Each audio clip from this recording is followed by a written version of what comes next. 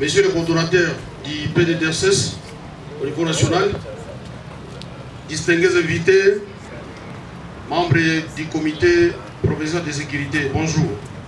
Bonjour, bonjour. Le moment précis est dédié à la présentation de ces jeunes gens que vous voyez à ma gauche. Ce sont des jeunes Ivoiriens qui ont été recrutés par RUS, bien entendu à travers certaines brebis galaises qui sont en errance un peu partout là. Alors, premièrement, je commence par M. Lopalokana. Ces groupes que vous voyez devant moi ont adhéré au groupe insurrectionnel du mouvement M23, AFDC et alliés. Ils ont été recrutés. M. Lopalokana, il est là avec moi. Il a été recruté à Solenyama. Le deuxième s'appelle Dibango Gombali Josué. Il est à ma gauche là. Il a été recruté à Kiloeta. Troisièmement, nous avons M. Maki Mateso Moïse, qui est au fond là-bas, a été aussi recruté. Non, lui c'est à Lopa, l'autre c'est à Kiloeta. Et enfin, nous avons les Vamé Moukissa Bataka Filemon, qui a été recruté à Bouniesi par un taximan. On les a menti, comme quoi il y a une bourse qui les attend pour aller continuer les études supérieures. Donc voilà, bref, les enfants ivoiriens qui sont devant vous, que je présente au jour d'aujourd'hui.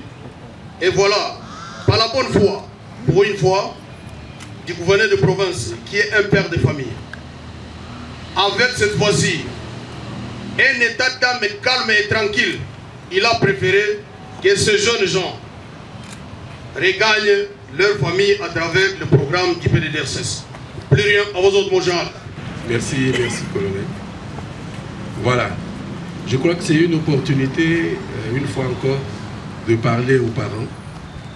Comme le colonel l'a si bien dit, ces enfants, ces jeunes gens ont été recrutés par ruse. Ils ont été formés, ils sont passés par un des pays voisins et ils sont allés vers Tchanzou, dans le centre d'instruction, où ils ont été formés. Mais s'étant rendu compte que là n'était pas leur vœu, ils ont tout fait, alors tout fait pour fuir. Ils sont partis de Tchanzou, ils sont arrivés à leur lieu de déploiement et de là, ils ont fui jusqu'à Goma. Et à Goma, ils ont été interpellés. Et j'ai demandé au feu général Chirimwami s'il pouvait me les ramener et il nous les a ramenés ici. Donc vous les voyez, ils sont là présents. Ce sont les enfants d'ici, je ne sais pas si leurs parents sont là. J'avais demandé.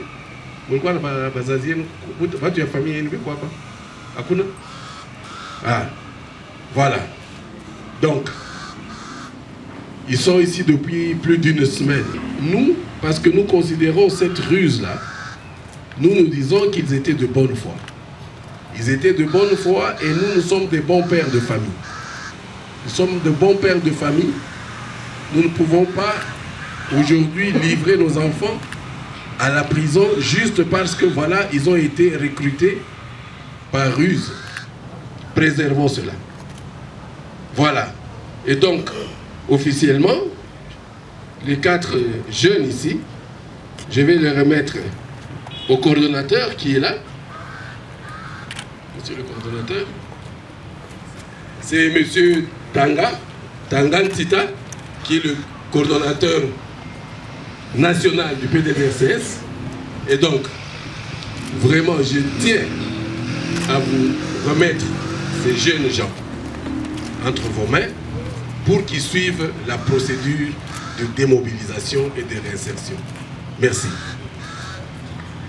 Comme vous le savez, Son Excellence Félix Antoine Tshisekedi Tshilombo, président de la République démocratique du Congo, dont la vision éclaire nos actions, est pleinement conscient de cette situation et a mis à la disposition de ces représentants que vous êtes le programme de désarmement, de mobilisation, relèvement communautaire et stabilisation, PDDRCS, pour prendre en charge de tels cas. Et c'est en son nom comme président du comité de pilotage que nous accueillons ces clients et saisissons cette opportunité à la suite de son Excellence Monsieur le Gouverneur de province pour lancer le message à tous ceux-là qui sont par ruse et de bonne foi, ils se sont retrouvés dans cette situation qu'ils sont. Et malheureusement, il y en a qui se font encore tromper.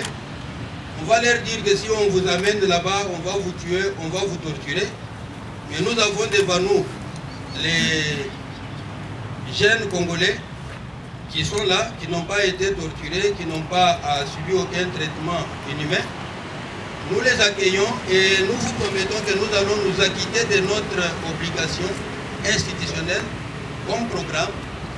Et nous allons les faire en synergie avec toutes les parties prenantes. Et là, je vais insister sur le rôle de la jeunesse, de la société civile, des femmes, des autorités coutumières, traditionnelles et tout, les leaders religieux, etc., pour ensemble conjuguer les efforts pour faciliter leur retour, leur réintégration dans la communauté, parce que notre paix à tous dépend de la réussite de leur réinsertion sociale, économique, et dans les communautés où on va les ramener.